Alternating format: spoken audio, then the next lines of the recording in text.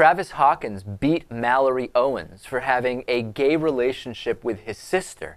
This is an incredibly disturbing story. This was during a family Thanksgiving in none other than Mobile, Alabama, where Travis Hawkins beat Mallory Owens, who is the girlfriend of his sister, Alex Hawkins. Now, Travis Hawkins obviously did not approve of their lesbian relationship, allegedly pummeled Owens, according to a number of different reports. There are some pretty gruesome pictures floating around of Mallory Owens post-beating, and it is quite disturbing, Lewis. Owens was hospitalized for a broken nose and a number of injuries. Her eyes were swollen shut. She needed reconstructive surgery. Hawkins was arrested. He's being charged for now with second-degree assault. Now, Owens' mother, Christy Taylor, said he tried to kill her.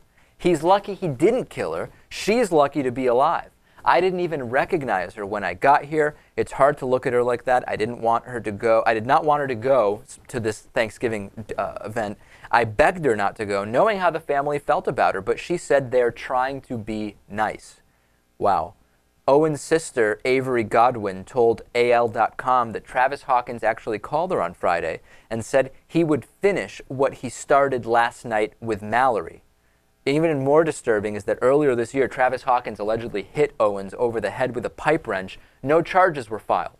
Now, some are saying that if charges had been filed after the pipe wrench incident, that Travis Hawkins would have taken more seriously the fact that these violent outbursts have repercussions, and maybe this Thanksgiving incident never would have happened. However, this is bordering on blaming the victim. That being said, I don't know that simply stating that crimes should be reported is blaming the victim. I think there may be some validity there, but the amount of fear that exists because of this anti-gay bullying, essentially, that's going on here is scary. And we have to question whether the environment, the fact that it is Mobile, Alabama, instead of another state, which may have different laws, if that's a factor. Right.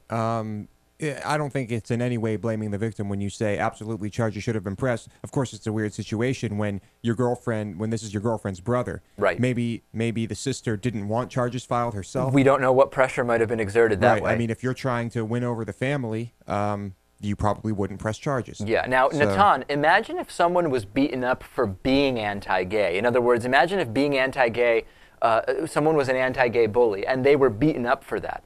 All we would hear then is, hold on a second, their First Amendment rights were violated. Isn't that what we would hear?